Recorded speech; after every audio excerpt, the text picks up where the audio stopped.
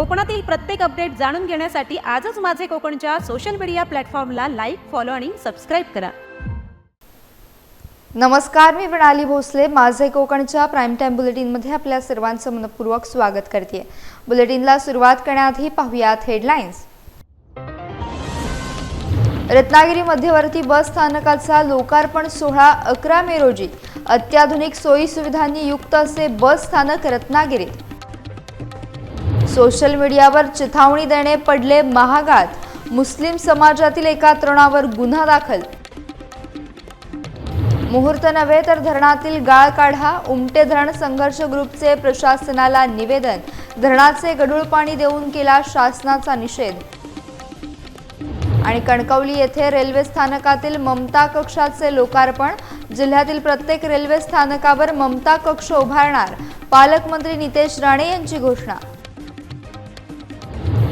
पाहुयात सविस्तर वृत्त. गेली अनेक वर्ष रखडलेल्या रत्नागिरी मध्यवर्ती बस स्थानकाचे काम पूर्णत्वास गेले असून या भव्य स्वरूपात साकारलेल्या वास्तूचा लोकार्पण सोहळा 11 मे रोजी सायंकाळी 5 वाजता परिवहन मंत्री प्रताप सरनाईक व उद्योग मराठी भाषा मंत्री तथा पालकमंत्री उदय सामंत यांच्या प्रमुख उपस्थितीत संपन्न होणार आहे.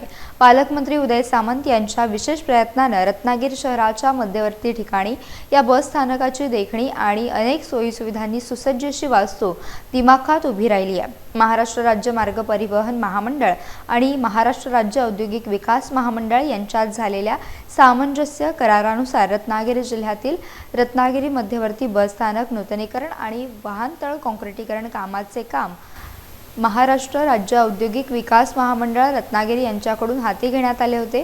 या कामाला फेब्रुवारी 2024 मध्ये सुरुवात करण्यात आली. या कामामध्ये भव्य प्रशस्त असे ग्रामीण व शहरी एकत्रित बस स्थानक बांधण्यात आले असून त्यामध्ये प्रशस्त बस स्थानक इमारत, ग्रामीण बसेससाठी 14 फलाट आणि शहरी बसेससाठी 6 फलाटांची व्यवस्था उपलब्ध करण्यात आली आहे. तसेच चालक, वाहक, महिला व पुरुष यांच्यासाठी सर्व सोयींयुक्त वातानुकूलित विश्रामगृह, सर्व सोयींयुक्त वातानुकूलित हिरकणी कक्ष, स्थानक प्रमुख कार्यालय तसेच इतर कार्यालय, ग्रामीण आणि शहरी प्रवाशांसाठी स्वतंत्र पोलीस नियंत्रण कक्ष, स्वतंत्र वाहतूक नियंत्रण कक्ष, विद्यार्थी पास व आरक्षण कक्ष, पार्सल कक्ष, ग्रामीण व शहरी प्रवाशांसाठी स्वतंत्र प्रशस्त उपाहारगृह, प्रवाशांसाठी स्वतंत्र बैठक व्यवस्थेसह प्रशस्त प्रवासी प्रतीक्षालय, ग्रामीण आणि शहरी प्रवाशांसाठी स्वतंत्र महिला आणि पुरुष प्रवासी प्रसाधनगृह, स्वच्छ पिण्याच्या पाण्याची सोय आदी सोयी सुविधा उपलब्ध करून देण्यात आल्या आहेत. तसेच ग्रामीणसाठी 6 वाणिज्य स्थापना गाळे आणि शहरासाठी 18 वाणिज्य गाळे उपलब्ध करून दिले आहेत. संपूर्ण बस स्थानक वाहनतळास काँक्रिटीकरण आणि ड्रेनेज व्यवस्था करण्यात आली आहे. संपूर्ण राज्याला हादरवून सोडलेली सरकारतर्फे चालवण्यात आलेल्या फास्ट ट्रॅकवरील पीडित अत्याचार आणि खून प्रकरण रोहा तालुक्यातील तांबडी प्रकरणातील सर्वच आरोपींची माणगाव सत्र न्यायालयानं गुरुवारी निर्दोष सुटका केली आहे. सर्व आरोपींची निर्दोष सुटका होणे हा न्यायालयीन निकालातील फारच धक्कादायक आहे. त्यामुळे पीडितेची बाजू मांडण्यात सरकारी वकील उज्ज्वल निकम कमी पडले की काय असा प्रश्न उपस्थित केला जातोय. तपासात काय त्रुटी होत्या? तपास पोलीस अधिकाऱ्यांची भूमिका हेतुतः संशयास्पद असल्याचं म्हटलं जात आहे. मग घटनाच घडली नाही का असा सवाल देखील उपस्थित करत तालुक्यात संतापाची लाट उसळल्याचं शनिवारी समोर आलंय. या निकालानंतर पूर्ण तालुका आक्रोशानं अक्षरशः ढवळून निघालाय. आरोपींची निर्दोष सुटका होण्याचा निकाल दुर्दैवी आहे. तपास यंत्रणेचा आम्ही निषेध करतो असं म्हणत शनिवारी सकाळी रोहा येथे आयोजित पत्रकार परिषदेत उपस्थित मराठा समाजासह सर्व बहुजन समाजाने मंगळवारी रोहा पोलीस ठाण्यावर मोर्चा काढण्याचे संकेत दिलेत. तर नामदार अदिती तटकरे, खासदार सुनील तटकरे यांनी हा निकाल दुर्दैवी असल्याचं म्हटलंय. पीडितेला न्याय देण्यासाठी सर्वतोपरी प्रयत्न करू असं सांगितलंय. तसेच माहिती देत प्रसंगी आक्रमक पवित्रा घेऊ अशी भूमिका माजी नगराध्यक्ष समीर शेडगे यांनी यावेळी व्यक्त केली आहे.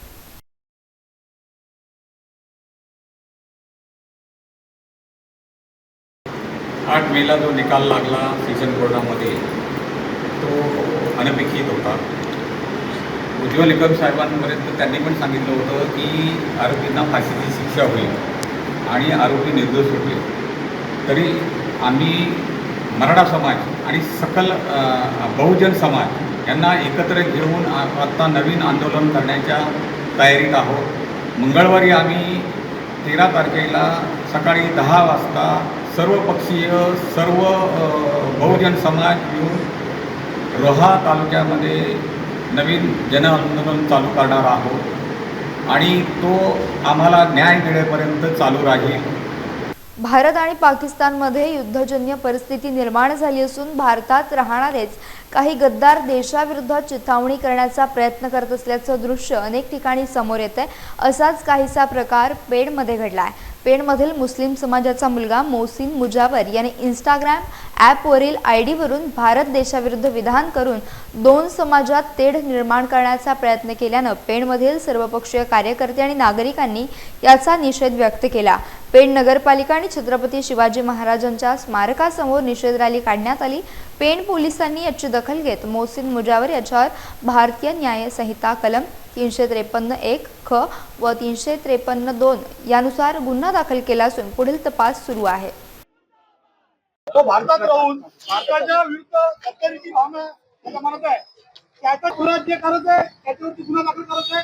ते गुन्हा दाखल करा डायरेक्ट काय पेणमध्ये राहून एका युवकाने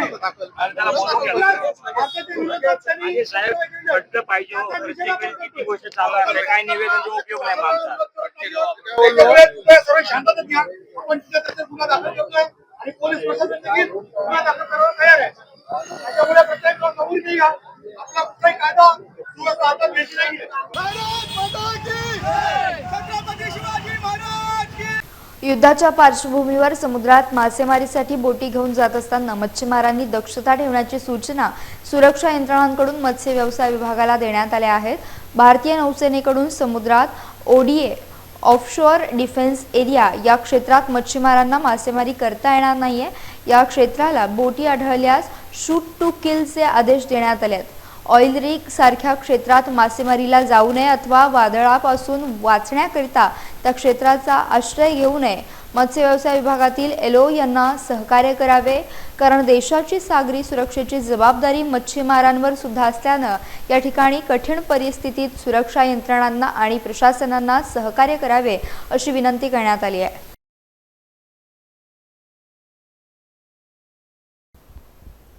रत्नागिरी जिल्ह्यातल्या दापोली तालुक्यातील लाडघर समुद्रात टॉवर असलेला अजस्त्र बार्ज दिसून आल्यानं खळबळ उडाली.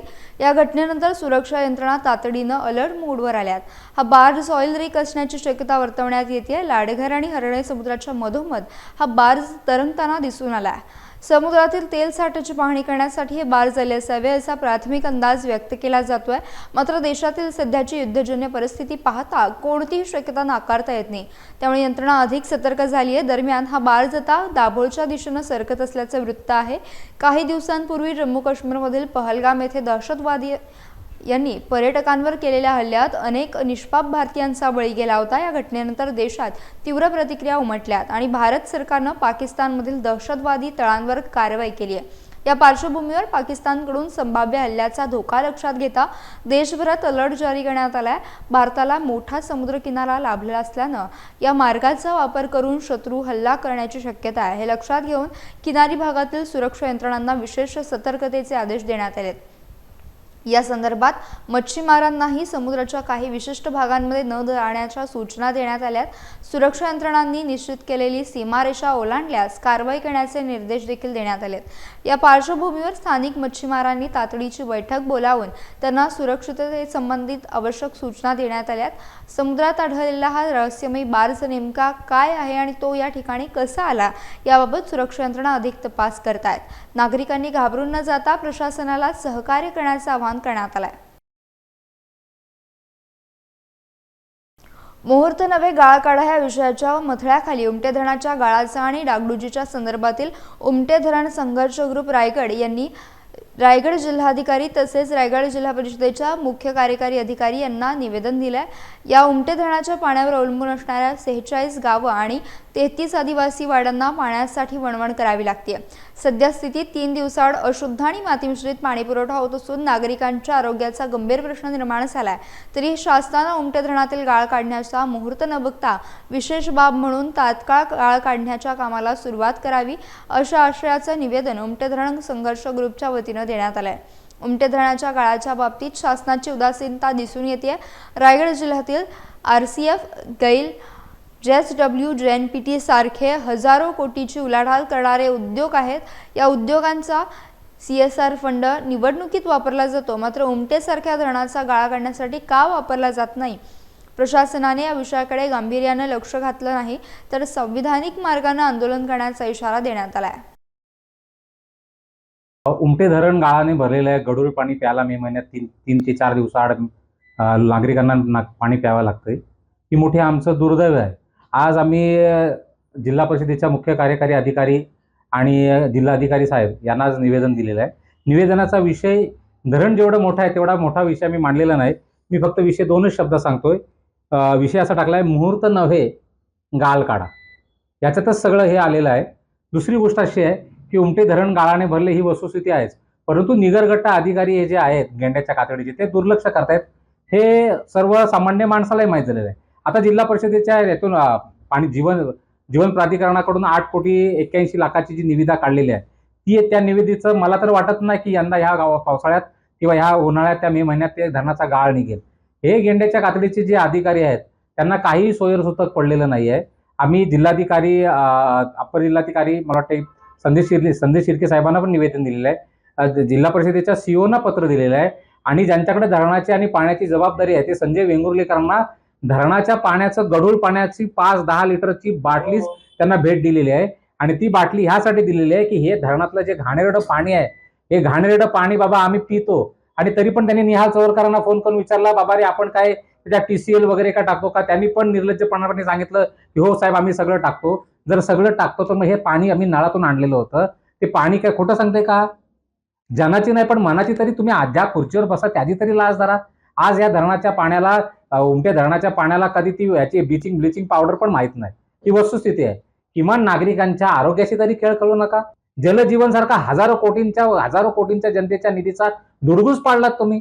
त्यात 1 रुपया नाही फायदा कोणाला. आमच्या चिंचोटीत 96 लाखाचा घोटाळा केला त्या सरपंचांनी. एवढी मोठी शोकांतिका. तुम्हाला जलजीवनला पैसे मिळतात आणि उमटे धरणाचा गाळ काढायला पैसे का नाही भेटत? मुळात ह्या शासकीय अधिकाऱ्यांची मानसिकता नाहीये धरणाचा गाळ काढायची. शासनाला, इथल्या राजकीय नेत्यांना माझी हात जोडून विनंती आहे की आपण तिथं उमटे धरणावर यावं. एक दिवशी सगळ्यांचा सत्कार करतो. आपण धरणातला जो गाळ आहे तो गाळच उपसून फक्त बाहेर काढायचा आहे. पाणी तर नॅचरली येणार आहे. वरती जी झाडी आहे ती नॅचरल वॉटर बँक आहे. ही वस्तुस्थिती आहे. तरी पण आपण गाळ काढण्यास आम्हाला मदत करावी, हेच मी आपल्या माध्यमातून, पत्रकारांच्या माध्यमातून सगळ्या जनतेला, इथल्या नेत्यांना, इथल्या सरकारच्या अधिकाऱ्यांना मी जाहीर आवाहन करतो. युद्धजन्य परिस्थिती निर्माण झाल्यानंतर आपण आणि शासकीय यंत्रणांनी सावधगिरी बाळगण्यासाठी ठिकठिकाणी मॉकड्रिल घेण्यात आले आणि उरणमधील मॉकड्रिल यशस्वी झाल्याची प्रतिक्रिया मंत्री भरत गोगावले यांनी दिली आहे. मॉकड्रिल चांगली बाब आहे की एक प्रशिक्षणाच्या माध्यमातून युद्धजन्य परिस्थिती निर्माण झाल्यानंतर मग कसं राहावं, कसं वागावं, कसं चालावं, कसं बोलावं, हे सगळं त्याच्यामध्ये मॉकड्रिलच्या माध्यमातून केलं जातं. आणि म्हणून उरण या ठिकाणी जे काय आपली संस्था आहे जी युद्धजन करण्याची, त्याच्यामध्ये हे आम्हाला अत्यंत महत्त्वाचं होतं की आमच्या रायगडवासियांसाठी एक चांगला संदेश आहे आणि त्यासाठी आमच्या शुभेच्छा. राज्यभरात अनेक ठिकाणी अवकाळी पाऊस मोठ्या प्रमाणात झाल्यामुळे शेतकऱ्यांचे, विशेषतः आंबा बागायतदार आणि फळबागायतदारांचं मोठं नुकसान झालं असून राज्य सरकार या शेतकऱ्यांच्या पाठीशी असल्याची भूमिका मंत्री भरत गोगावले यांनी स्पष्ट केली आहे. दरवेळेला हे अवकाळी पाऊस, गारा, पीठ हे जे काय होते त्याला शासन भरपाई तर देतेच. काही लोकांची विमा योजना आहे, पीक विमा योजना, त्यातून फळझाडाची, या सगळ्या बाबतीत ज्याला जसं जसं आहे तसं तसं त्याला ती मदत दिली जाईल. आणि आमच्या डिपार्टमेंटच्या माध्यमातून आमच्या ह्याच्यामध्ये जे काय ते परवाच आम्ही आढावा घेतला शेतकऱ्यांसाठी आपल्याला नेमकं काय करावं लागेल. आणि आता अचानक पाऊस पडला तर गेले 2 दिवस पुढेही काय पडण्याची शक्यता आहे. ज्यांची जशी नुकसान होईल आणि पंचनामा होईल तशी त्यांना भरपाई दिली. शक्तीपीठ महामार्ग, पुरंदर विमानतळ, रिफायनरी लोकांसाठी काम करणार असून काम करणारं सरकारच लोकांचे प्रश्न विचारात घेत नाही, अशी टीका शिवसेना उद्धव बाळासाहेब ठाकरे पक्षाच्या उपनेत्या सुषमा अंधारे यांनी केली आहे. तसेच शिंदे गटाचे आमदार दीपक केसरकर आणि भाजपाचे खासदार नारायण राणे यांचा देखील त्यांनी समाचार घेतला आहे. नाही, लोकांना विश्वासात घेऊन ते काहीच करत नाहीत म्हणत जरी असले तरी इथला रिफायनरीचा प्रकल्प असेल किंवा पुरंदरचं विमानतळ असेल, शक्तीपीठचा महामार्ग असेल किंवा अजून काही असेल, मुळात ज्या लोकांच्यासाठी आम्ही करतोय असं सरकार म्हणतं, त्या लोकांचे प्रश्न कधीच सरकारने अजिबातच विचारात घेतलेले नाही. कारण तुम्ही ज्यांच्यासाठी विकास करायचा म्हणताय त्या लोकांचा जर विरोध असेल तर विकास कुणासाठी करताय?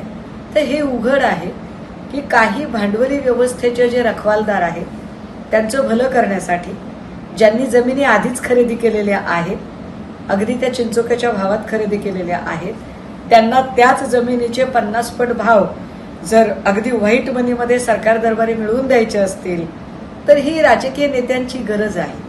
कारण निवडणुकीच्या काळात ज्यांनी यांना पैसे दिलेले आहेत त्यांना त्याचा परतावा देण्यासाठी त्यांना आता अशा प्रकारचे सगळे प्रोजेक्ट करणं गरजेचं आहे.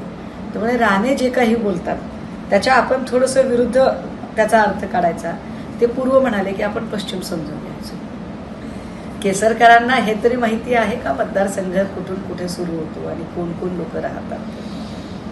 कारण केसरकर मंत्री होण्यासाठी आणि मंत्री होण्याच्या वेळापायी इतके वेडावले होते आणि त्यांचं वेड हे त्यांच्या मतदारसंघातली सगळी कनेक्टिव्हिटी त्यांनी तोडली. ती कनेक्टिव्हिटी तुटल्यामुळे वरची सरकारची कनेक्टिव्हिटी त्यांची तुटलेली आहे. त्या केसरकरांनी आता हे सगळं बोलणं म्हणजे त्यांना मागून सुचलेलं सगळं शहाणपण असेल. त्यामुळे केसरकरांनी ह्या अशा बाता मारणं आणि उगाच मला फार मतदारसंघातल्या लोकांचं काळजी आहे असं आव्हानाचं काही कारण नाही. तुम्ही शिवरायांचा पुतळा किती उंच करता याला महत्त्व नाही, तर त्यांच्याबाबत आदर भावना असली पाहिजे, अन्यथा पहिल्या पुतळ्याचा अवमान कसा झाला असा सवाल सुषमा अंधारे यांनी केला असून त्यांनी मुख्यमंत्री देवेंद्र फडणवीस यांना देखील आव्हान दिलंय. एक लक्षात घ्या, छत्रपती शिवरायांची प्रतिमा मनामनात आणि घराघरात आहे. आमच्या धमन्यांमधनं छत्रपती शिवरायांचा वसा आणि वारसा वाहतो. त्याच्यासाठी तुम्ही किती उंचीचा पुतळा उभा करता हे महत्त्वाचं नाहीये. तुम्ही असलेल्या शिवरायांच्या तत्वांचा, निष्ठांचा आणि मूल्यांचा नेमका काय विचार करता हे जास्त महत्त्वाचं आहे. खरंच तुमच्या मनात त्यांच्याप्रती काही आदरभावना आहे का? ती आदरभावना असती तर मुळात जो पहिल्यांदा पुतळा उभा केला त्या पुतळ्याचा असा अवमान का झाला आणि त्याला जबाबदार असणाऱ्या आपटेला तुम्ही काय शिक्षा दिली हे तुम्ही आधी सांगितलं असतं. ज्या आपटेने नुसता पुतळा पडलाच नाही तर तो पुतळा निर्माण करताना कपाळावर दाखवलेली खून ही त्याच्या मनात असणारी जी द्वेषबुद्धी आहे ती द्वेषबुद्धी दाखवणारी होती. मुळात छत्रपती शिवरायांच्याबद्दल असेल किंवा डॉक्टर बाबासाहेब आंबेडकर यांच्याबद्दल असेल वारंवार विधानं करणारी जी ही माणसं आहेत, मग तो आपटे असेल, कुरुलकर असेल, प्रशांत कोरटकर असेल किंवा अजून कोणी असेल, ही सगळी जर माणसं बघितली तर ही जाणीवपूर्वक महाराष्ट्राचे आयकॉन असणाऱ्या या सगळ्या आधारस्तंभांच्या बद्दल बोलून एका अर्थाने इथल्या संवेदना बोथट करण्याचा प्रयत्न करतात. कारण यांना फुले, शाहू, आंबेडकर, छत्रपती शिवाजी महाराज हे सगळेच आयकॉन बाजूला करून यांना गोळवलकर, श्यामाप्रसाद मुखर्जी, हेडगेवार या लोकांना स्थापित करायचं आहे. त्यामुळे आत्ता जो काही 83 फूट आणि 85 फूट हा सगळा फार्स करण्याची गरज नाही.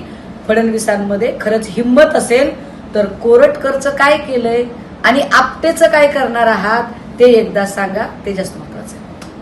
शिवसेना उद्धव बाळासाहेब ठाकरे पक्षाच्या उपनेत्या सुषमा अंधारे यांनी सध्या सुरू असलेल्या भारत-पाकिस्तान युद्धावर देखील प्रतिक्रिया दिली आहे. पाहूयात. युद्ध कुणालाच हवं नसतं.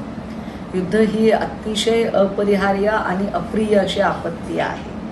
मात्र युद्धाचं उन्मादी स्वरूप ज्या पद्धतीने दाखवण्याचा प्रयत्न केला जातोय ते मात्र अत्यंत वाईट आहे. कारण सध्या भारत-पाक सीमेवर जो तणाव आहे तो क्रिकेटच्या सामन्याचा तणाव नाही, तो सामरिक प्रसंगाचा तणाव आहे. त्याचं भान सगळ्यांनी बाळगलं पाहिजे. ज्या राजकीय पक्षांच्या लोकांना यात फार उन्माद साजरा करावासा वाटतोय त्यांनी याचा विचार केला पाहिजे की सीमेवर धारातीर्थी पडणारे जे लोक आहेत त्यांच्या कुटुंबियांची मानसिकता काय आहे. कोणाचा मुलगा जातोय, कोणाचं कुंकू पुसलं जाते, कोणाचं लेकरू जाते, कोणाच्या डोक्यावरचं छप्पर जातं, त्यावेळेला त्यांच्या कुटुंबात काय वाटत असतो. याचा अर्थ आम्ही भीतीने गाळण होऊन घरातच बसायचं असं अजिबात नाही. परंतु सीमेवर जवान धारातीर्थी पडत असताना त्याची बॅनरबाजी करत भाजपा जे अत्यंत गलिच्छ श्रेयवादाचं राजकारण करत आहे ते अत्यंत निंदनीय आहे. कारण युद्ध हा सेलिब्रेशन करण्याचा इव्हेंट नव्हे. युद्ध ही अतिशय अप्रिय आणि अपरिहार्य अशी आपत्ती आहे. याचं भान या लोकांनी बाळगलं पाहिजे. उद्धव ठाकरे आणि राज ठाकरे दोघे भाऊ आहेत. कुटुंब म्हणून ते कायम एकत्र असल्याची माहिती सुषमा अंधारे यांनी दिली आहे. मी याच्या आधीही खूप वेळा बोलून झालंय माझं की राज ठाकरे किंवा उद्धव ठाकरे हे दोघे भाऊ आहेत. कुटुंब म्हणून त्यांनी कायम एकत्रित राहावं, असावं.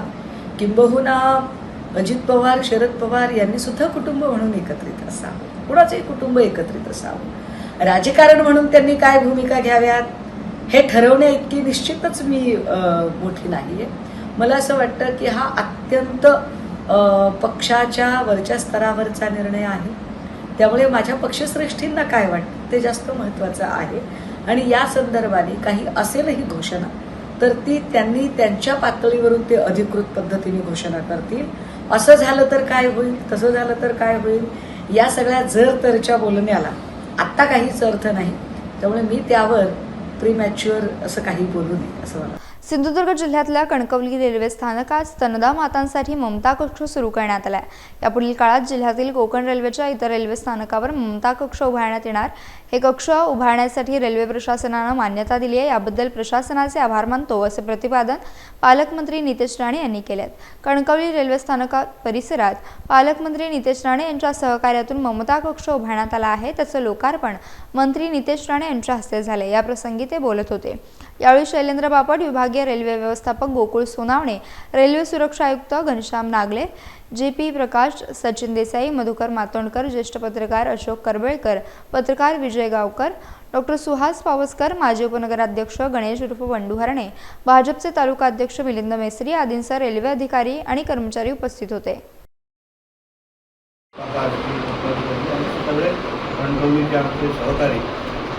सगळ्यांनी एकत्र येऊन आणि रेल्वेचे जे प्रमुख प्रतिनिधी आहेत त्यांच्याशी चर्चा करून अतिशय कमी वेळेत या इलेक्ट्रॉनिक कक्ष सुरू केलेला आहे आपल्या कणकवली रेल्वे स्टेशनमध्ये. अशाच पद्धतीने हे कक्ष अन्य रेल्वे स्टेशनमध्ये सुरू करण्याचा आमचा मानस आहे आणि तशी परवानगीही त्यांनी आम्हाला दिलेली आहे. रेल्वेच्या माध्यमातून जो आम्हाला सहकार्य मिळालं यासाठी मनापासून आपल्या दोघांनाही मी तुमचे आभार मानतो. कारण का लोकप्रतिनिधी म्हणून आम्हीही सातत्याने रेल्वे डिपार्टमेंटच्या संपर्कात असतो, पण एवढा लवकर प्रतिसाद आम्हालाही भेटत नाही. म्हणून आता आम्हाला लिंक कळलेली आहे की विजय गावकर त्याच्यातली लिंक आहे आणि दूरदर्शनमध्ये असल्यामुळे थोडा त्यांचा दबावही असतो आणि म्हणून यापुढे अशाच पद्धतीचं सहकार्य आम्हाला आपल्याला अपेक्षित आहे. कारण आपण परिसर थोडा पाहिला असेल की आमच्यासाठी प्रमुख प्रवासाचं साधन हे रेल्वेच आहे. आम्ही आता रस्ते किंवा जल वाहतूक आम्ही प्रयत्न करतोय, पण प्रमुख तसा विश्वास असलेला आमचा कोकण रेल्वे आहे आणि म्हणून इथे तुम्ही आम्हाला परवानग्या जेवढ्या लवकर द्याल काम करून घेण्याची तयारी आमची आहे, इच्छाशक्ती आमची आहे. फक्त अशाच पद्धतीचं सहकार्य आम्हालाही करा. रत्नागिरी जिल्हा नियोजन समिती प्रकल्प संचालक आत्मा, कृषी विभाग, जिल्हा परिषद यांच्या संयुक्त विद्यमाने रत्नागिरी येथील स्वर्गीय प्रमोद महाजन क्रीडा संकुलात आजपासून 3 दिवस होणाऱ्या कृषी तंत्रज्ञान विस्तार सप्ताह आणि कृषी विकास परिषदेचे उद्घाटन अपर जिल्हाधिकारी भाऊसाहेब गलांडे यांच्या हस्ते करण्यात आले. पालकमंत्री डॉक्टर उदय सामंत यांनी या परिषदेला दूरध्वनीवरून आणि चित्रफितीच्या माध्यमातून मनपूर्वक शुभेच्छा दिल्यात.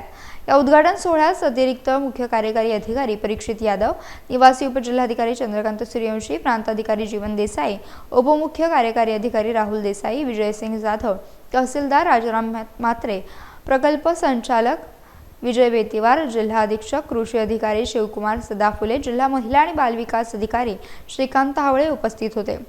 पालकमंत्री महोदयांच्या मार्गदर्शनाखाली हे कृषी प्रदर्शन भरवण्यात आले आहे. शासनाच्या ज्या विविध योजना शेतकऱ्यांसाठी आहेत त्याची माहिती या प्रदर्शनातून मिळणार आहे. यावेळी निवासी उपजिल्हाधिकारी चंद्रकांत सूर्यवंशी, दापोली कृषी विद्यापीठाचे संशोधन संचालक पराग हळदणकर, पशुसंवर्धन उपायुक्त डॉक्टर सोनावणे, सेंद्रिय शेती पुरस्कार प्राप्त पाठक यांनी देखील मनोगत व्यक्त केले. कृषी विकास परिषदेच्या माध्यमातून विविध उपाययोजना जिल्हा नियोजन मंडळाकडून करण्याचा देखील निर्णय जिल्ह्याचा पालकमंत्री म्हणून घेतलेला आहे.